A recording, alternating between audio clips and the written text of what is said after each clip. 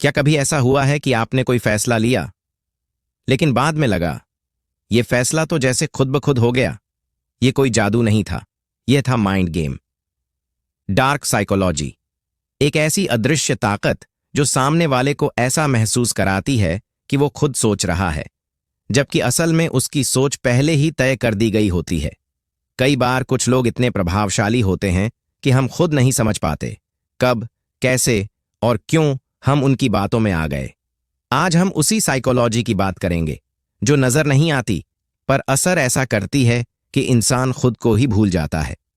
लेखिका Amy brown अपनी किताब डार्क साइकोलॉजी सीक्रेट्स में बताती हैं कि कैसे कुछ लोग अपने स्वार्थ के लिए दिमागी हथकंडों का इस्तेमाल करते हैं, चाहे वो नेता हों, सेल्स गुरु, बॉस या फिर वो व्यक्ति जिसे आपने दिल दिया।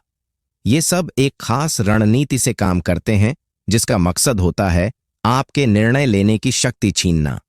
मान लीजिए आप किसी से बात कर रहे हैं, वो आपकी तरह ही हाथ हिलाता है, आपकी भाषा में बोलता है, आपकी मुद्रा कॉपी करता है। आपका दिमाग उसे अपना मानने लगता है। यही है मिरर टेक्निक, एक गुप्त हथियार जो अचेतन रूप से आपके भरोसे को जीत लेता है। अब जो वो कहेगा आपको सही लगेगा और यहीं से आपके सोचने का तरीका बदलने लगता है। अगर तुमने ये नहीं किया तो ऐसे वाक्य आपको सीधे आपके डर से जोड़ते हैं। मनोवैज्ञानिक कहते हैं डर इंसान को सबसे जल्दी प्रतिक्रिया देने पर मजबूर करता है। राजनीति, मीडिया, रिश्ते, हर जगह इस तकनीक का इस्तेमाल होता है। चाहे वो कोई सत्ताधारी हो जो कहता है अगर हमें वोट नहीं दिया तो देश बर्बाद हो जाएगा, या एक पार्टनर जो कहता है अगर तुमने मुझसे सवाल किए तो मैं चला जाऊंगा। गैस लाइटिंग जब आपको खुद से शक हो जाए तुम बहुत ज्यादा सोचते हो, ऐसा कभी हुआ ही नहीं, तुम्हारी याददाश्त कमजोर है।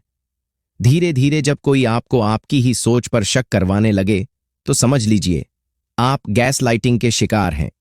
इस तकनीक का इस्तेमाल खास तौर पर नाजुक रिश्तों में किया जाता है जहां सामने वाला आपका आत्मविश्वास तोड़कर खुद को सही साबित करता है। इमोशनल गिल्ट जब ना कहना मुश्किल हो जाए, मैंने तुम्हारे लिए सब कुछ किया और तुम, ऐसे डायलॉग्स हमें गहरे अपराध बोध में डाल देते हैं। आप चाहकर भी मना नहीं कर पाते क्योंकि सामने वाला खुद को पीड़ित दिखाता है। यह भावनात्मक नियंत्रण का सबसे खतरनाक तरीका है जो आपको अपनी सीमाएं भूलने पर मजबूर कर देता है। सोशल मैनिपुलेशन जब मीडिया करता है माइंड गेम, सिर्फ आज ऑफर खत्म होने वाला है, स्टॉक लिमिटेड है, तुरंत खरीदें। यह सब स्कार्सिटी प्रिंसिपल पर आधारित तकनीकें हैं जो आपके फैसलों को तेजी से लेने के लिए मजबूर करती हैं, बिना यह सोचने का समय दिए कि आपको वास्तव में इसकी जरूरत भी है या नहीं। सोशल मीडिया पर भावनात्मक वीडियोस, शॉकिंग हेडलाइंस और FOMO, fear of missing out जैसी तकनीकें लगातार हमें प्रभावित कर रही हैं। आइसोलेशन टैक्टिक जब कोई आपको सबसे दूर कर दे, तुम्हारे दोस्त तुम्हें नहीं समझते, तुम्हारे माता पिता तुम्हारे खिलाफ हैं। इस तरह के वाक्य आइसोलेशन टेक्निक का हिस्सा है जहां मैनिपुलेटर आपको बाकी दुनिया से काट देता है। अब आप सिर्फ उसी पर निर्भर हो जाते हैं जो आपको कंट्रोल करना चाहता है।